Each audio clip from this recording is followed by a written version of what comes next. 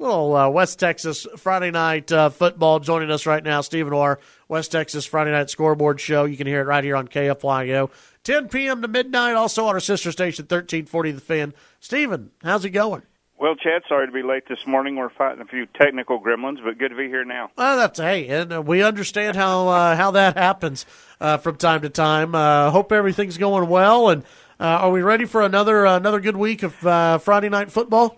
I tell you what, I think we've got some really cool games for the upcoming week, and in district play now.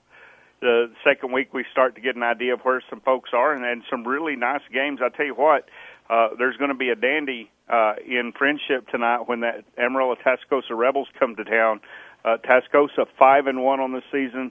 This will be their first district game. Friendship coming off the big win over Monterey last week. They're at 5-2, and this is going to be certainly impact the playoffs as far as seeding, but I think could very well have something to say about that district championship and who comes out on top in that. But that's going to be a really good ball game. Then you got Monterey and Coronado both coming off losses in their district opener last week.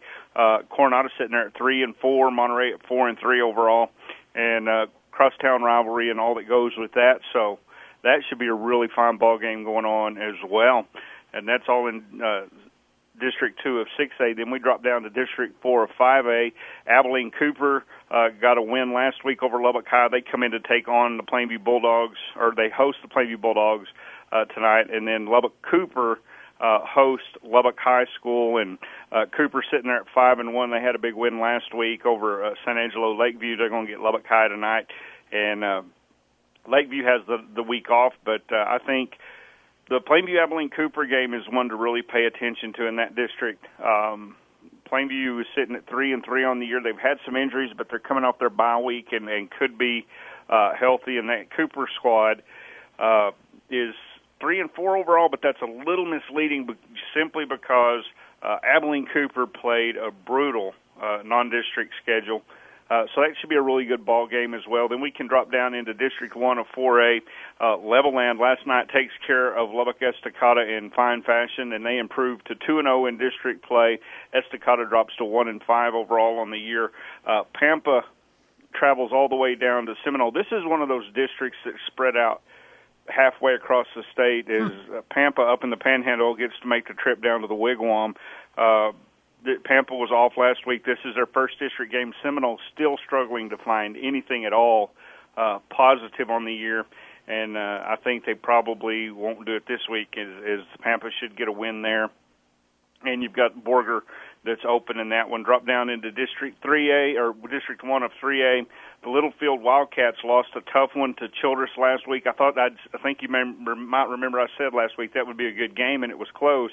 But Littlefield 2-4 on the year. We're not used to seeing Littlefield down below 500, but they're going to get a chance to rebound as they travel up to Amarillo to take on River Road. Childress is taking on Dimmitt, and Dimmitt, the Bobcats are a little bit of a surprise. That's a team that normally when we're talking about Dimmitt, it's in just playing someone else, but they're 5-1 on the year. They got a district win last week, but this will be their toughest ball game of the year. We'll see how they do. Muleshoe and Freona face off, and Muleshoe's very good again. Brownfield is undefeated on the year. They're 5-0. They won their district opener last week. They host Tornillo, and Tornillo's yet to win a ball game. I think that Brownfield comes out on top there.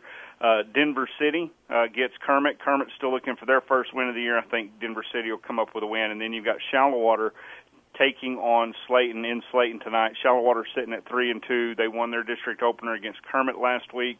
This one should be all Mustangs, but the Tigers could give a little bit of pressure, but I think at the end Shallowater is just too much for them. Idalou is up at Tulia tonight. The Wildcats are 5-1 on the year. They're 1-0 in district, and they seem to be really rolling. We'll see how that shapes up at the end of the year, as I think we'll see Idalou and Spearman probably competing for that district championship in District 1 of 3A Division 2.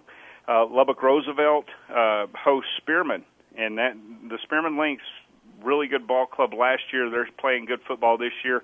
Roosevelt has been a surprise as they've strung together consecutive wins, and they're looking like a much better team, but they really are going to have their hands full tonight. When we get into District 2 of 2A, that's Abernathy taking on Hell Center. Hell Center gets the 2-point win over Tahoka last week.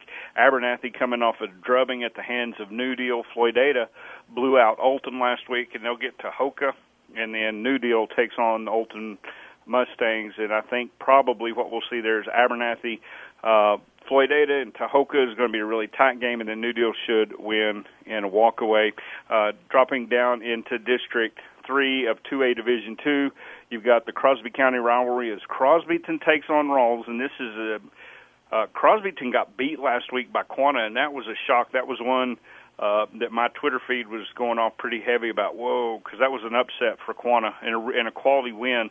But Rawls really struggling so far this year, and I just don't see much way that they can win that one, but that's why they have county rivalries, and should be a really good game there. Then you've got Lockney taking on the Memphis Cyclones, another really good game. Lockney coming off a win last week against Clarendon, and they should be poised to make another win tonight. And then we drop down. This week, it's actually the way the districts are set up. For 6-man football, you know, we always talk about dead week in 11-man football, and that was a couple of weeks ago when the majority of 11-man schools have the bye. Well, this is dead week in 6-man, but we do have a few district games kicking off. Happy taking on White Deer. Hart plays Miami, and then you've got Spur and Follette in non-district action. They're going to meet halfway and play in Groom. And then right there in the Lubbock area, a big ball game for a district opener really is Meadow taking on Ropesville, and these two teams always competing for that district championship, and they're just going to get it out of the way early this year as they head off, and that ought to be a really good game as well. Visiting with Stephen Orr, West Texas Friday Night Scoreboard Show. I'm assuming the game to go and see would be that friendship game? That's my game. That's going to be a dandy of a ball game. And should be really competitive. We'll see what Tascosa has.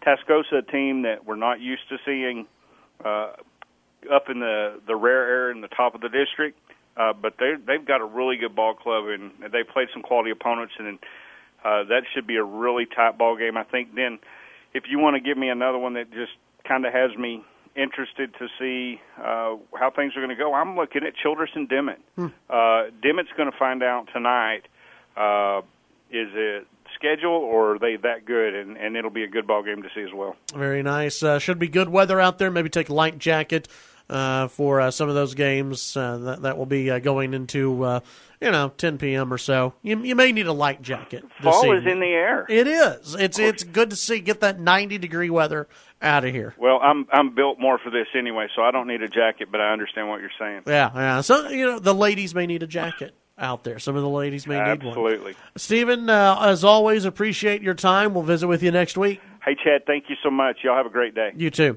Stephen Orr, West Texas Friday Night Scoreboard Show, which you can hear right here on KFYO after the ball game tonight, 10 p.m. to midnight here on KFYO, also on our sister station, 1340 The Fan. And you can listen to it also on the Radio Pup app when you're driving around West Texas tonight.